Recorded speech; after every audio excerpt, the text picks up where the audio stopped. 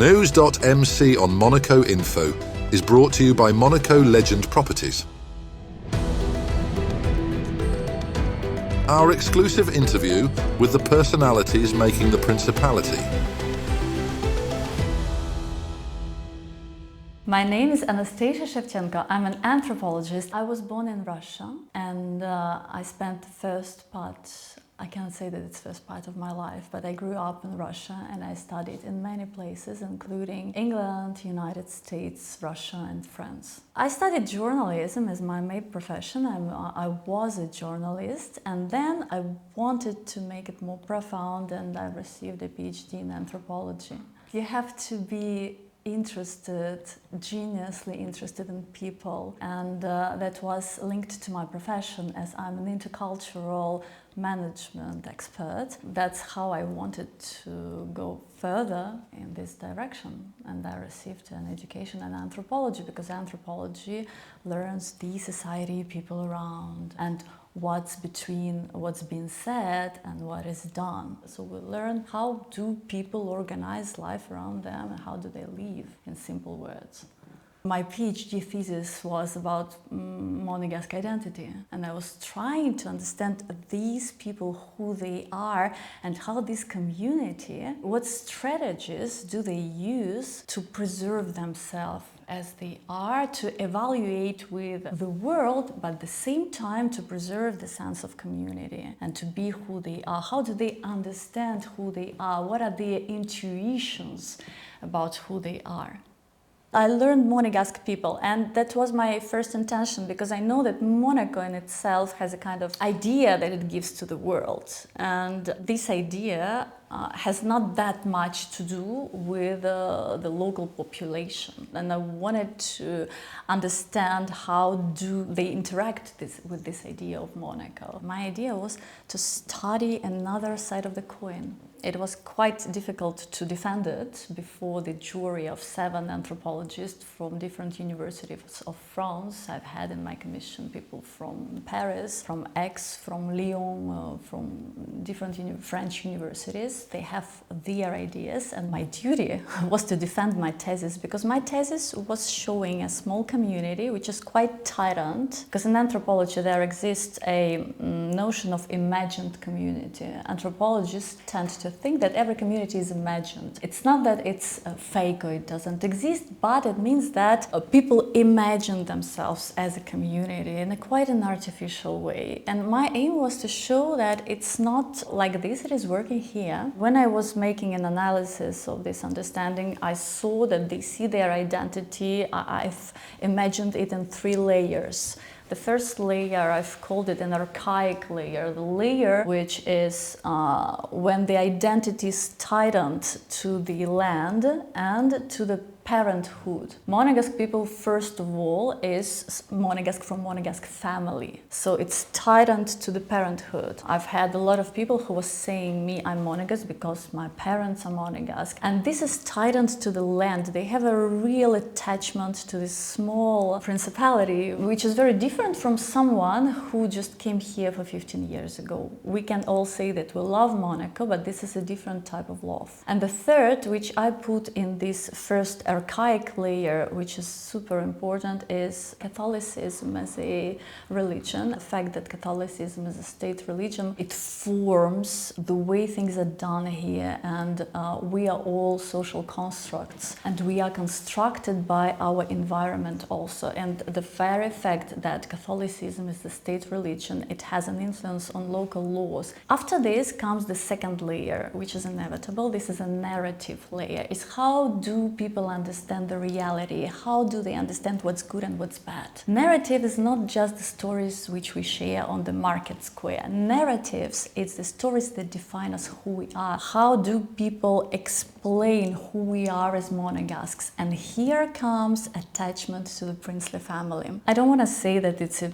narrative. It doesn't mean that it's just what people say. No, there is an attachment. It's inevitable. You grow up with an idea that there is a prince. You go to the princely palace for the new year to receive a present from his hand, and this is a very important ritual that makes them who they are, that makes them also different from their classmates, for example, who don't go to the palace and who don't take this present from the prince's hands. And so they have this narrative layer, they share stories, and children grow up with their stories, because who we are what our grandmothers told us. You know, the stories that they share about the market when their grandmother was, for example, selling ravioli on the local market. These are stories that make them who they are. So the third layer, I call it justification layer, how they justify why do they right? Why do they have a right to live here and to enjoy the privileges that they do? I'm not saying that they all privileged ones, that's my point, and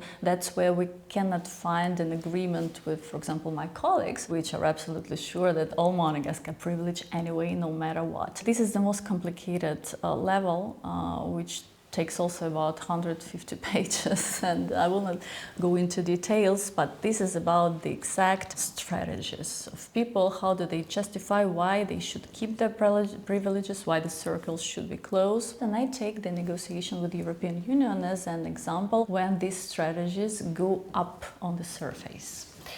So that's the nutshell. I'm trying not to see the publicity which are shown. I'm always trying to see normal people, normal places, you know, some kind of reality.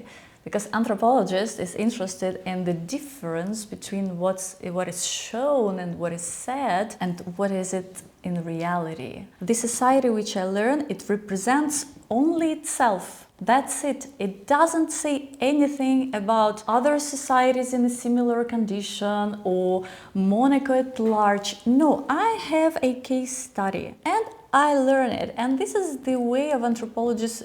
Anthrovision, we call it, is when you look like you're not looking from the bird's side. You are looking from the closest way possible, the lowest way possible, and you never pose question in advance. You just observe. You have to be as a child, as a pure, innocent child who know nothing about this life. Just go there, observe, participate, go here, go there, listen to this, listen to that. And then you can have something that appears, which you didn't expect. I work with multinational companies and I work a lot with hospitality sectors. My primary interest is the level of service, and I help different multinationals, banks, insurances to train their people to give a better service and to understand their client better, to understand the culture of their client. Even if we'll see different cultures, it doesn't mean that we understand them. We'll look at them from our own glasses, of our own comprehension of who they are and what they want. And it's not always the case. It's about feeling comfortable in communication also.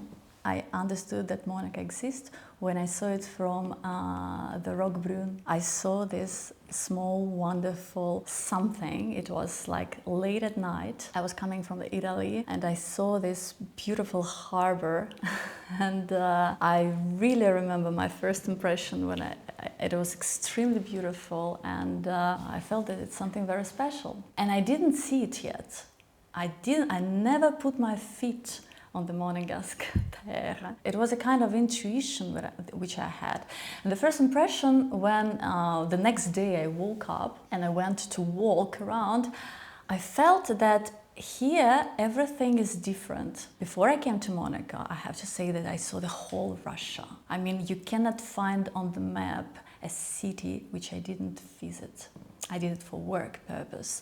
Then I've traveled most of Europe. I visited Spain, I visited Italy, I visited France, and Monaco was like the last point to discover. And I came here and I had this feeling that everything is different. I couldn't imagine what and how, but I think For the whole my life here, it was a feeling. And even why did I come to write my thesis? Because I wanted to show to other people that it's different here. There is something which should be known, which should be shown to other people who don't know Monaco, who never saw it. That's all for today. Thank you for watching News.mc, your English rendezvous on Monaco Info. Discover more interviews and stories on our websites, news.mc and monacoinfo.com. This show was brought to you by Monaco Legend Properties.